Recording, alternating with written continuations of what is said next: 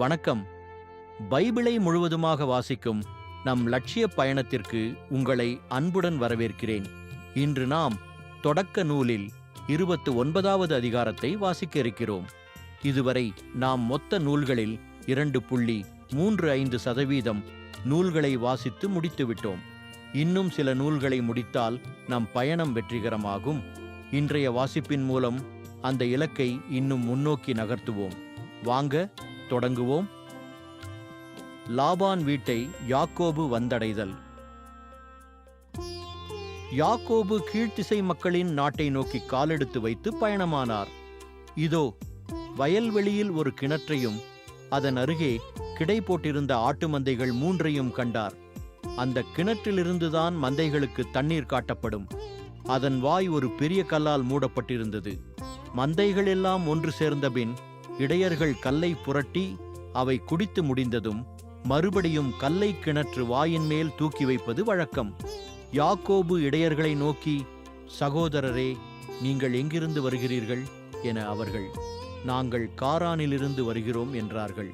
மீண்டும் அவர், நாகோரின் பேரன் லாபானை உங்களுக்கு தெரியுமா என்று கேட்க அவர்கள், அவரை எங்களுக்கு தெரியும் என்றார்கள். அவர் நலம்தானா என்று யாக்கோபு கேட்க அவர்கள், ஆம், அவர் நலமே. இதோ அவர் மகள் ராகேல் தன் ஆடுகளை ஓட்டிக் கொண்டு வருகிறாள் என்றார்கள். அப்பொழுது யாக்கோபு, பொழுது சாய இன்னும் வெகு நேரம் இருக்கிறது, மந்தைகளை ஒன்று சேர்ப்பதற்கு நேரமாகவில்லை. ஆடுகளுக்கு தண்ணீர் காட்டி மேய்ச்சலுக்கு இட்டுச் செல்லுங்கள் என்றார். அதற்கு அவர்கள், நாங்கள் அப்படி செய்யக்கூடாது, ஏனெனில் எல்லா மந்தைகளையும் ஒன்று சேர்த்த பின்னரே கிணற்று வாயினின்று கல் புரட்டப்படும், அப்பொழுதுதான் ஆடுகளுக்கு தண்ணீர் காட்டுவோம் என்று சொன்னார்கள். இப்படி அவர்கள் பேசிக் கொண்டிருக்கையில் ஆடு மேய்ப்பவளான ராகேல் தன் தந்தையின் ஆடுகளை ஓட்டிக்கொண்டு வந்தாள். ராகேல் தன் தாய்மாமன் லாபானின் மந்தைக்கு தண்ணீர் காட்டினார். பின் ராகேலை முத்தமிட்டு கதறி ஆனந்த கண்ணீர் விட்டார். பின்பு தாம் அவள் தந்தைக்கு உறவினர் என்றும் ரெபேக்காவின் மகன் என்றும் அவளுக்கு தெரிவிக்க உடனே அவள் ஓடிப்போய் தன் தந்தையிடம் சொன்னாள். தன் சகோதரியின் மகன் யாக்கோபு வந்த செய்தி கேட்டவுடன் லாபான் அவருக்கு எதிர்கொண்டோடி அவரை அரவணைத்து முத்தமிட்டு தன் வீட்டுக்கு அழைத்துச் சென்றான். அங்கு யாக்கோபு தமக்கு நேர்ந்தவற்றையெல்லாம் எடுத்துரைத்தார். லாபான் அவரிடம், நீ என் எலும்பும் சதையும் அல்லவா என்றான். அவனுடன் அவர் 1 மாத காலம் தங்கியிருந்தார். யாக்கோபு லேயாவையும் ராகேலையும் மணந்து கொள்ளல். அதன்பின் லாபான் யாக்கோபை நோக்கி, நீ என் உறவினன் என்பதற்காக ஒன்றும் வாங்காமல் எனக்கு வேலை செய்யலாமா? சம்பளம் எவ்வளவு கேட்கிறாய்? சொல் என்றான். லாபானுக்கு 2 புதல்வியர் இருந்தனர். மூத்தவள் பெயர் லேயா, இளையவள் பெயர் ராகேல். ஆனால் லேயா மங்கிய பார்வை உடையவள், ராகேலோ வடிவழகும் எழில் தோற்றமும் உள்ளவள். யாக்கோபு ராகேலை விரும்பினார். எனவே அவர், இளைய மகள் ராகேலுக்காக 7 ஆண்டுகள் உம்மிடம் வேலை செய்கிறேன் என்றார். அதற்கு லாபான், அவளை அந்நியன் ஒருவனுக்கு கொடுப்பதை விட உனக்கு கொடுப்பதே மேல், என்னோடு தங்கியிரு என்றான். அப்படியே யாக்கோபு 7 ஆண்டுகள் ராகேலை முன்னிட்டு வேலை செய்தார். ஆனால் அவர் அவள் மீது வைத்திருந்த அன்பின் மிகுதியால் அது அவருக்கு சில நாட்களாகவே தோன்றியது. பின்னர் யாக்கோபு லாபானை நோக்கி, நான் என் மனைவியோடு சேரும் பொருட்டு அவளை எனக்கு தாரும், என் ஒப்பந்த நாள்கள் நிறைவேறிவிட்டன என்றார்.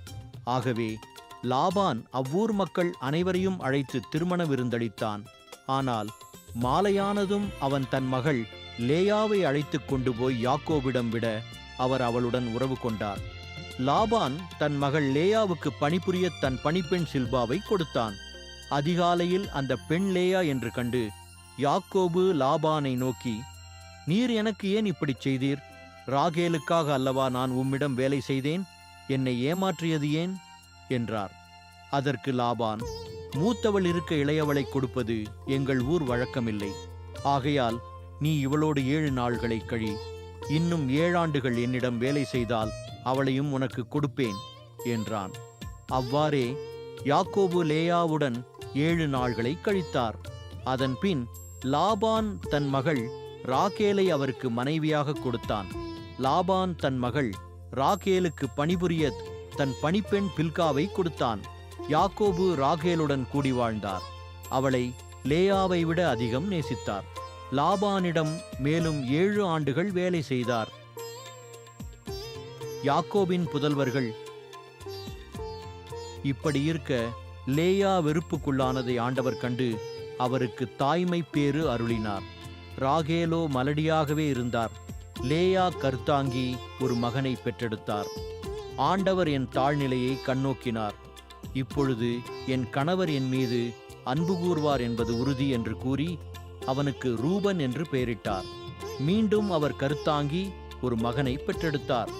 நான் வெறுப்புக்குள்ளானேன் என்பதை ஆண்டவர் கேட்டு இவனையும் எனக்கு தந்தருளினார் என்று சொல்லி அவனுக்கு சிமியோன் என்று பெயரிட்டார்.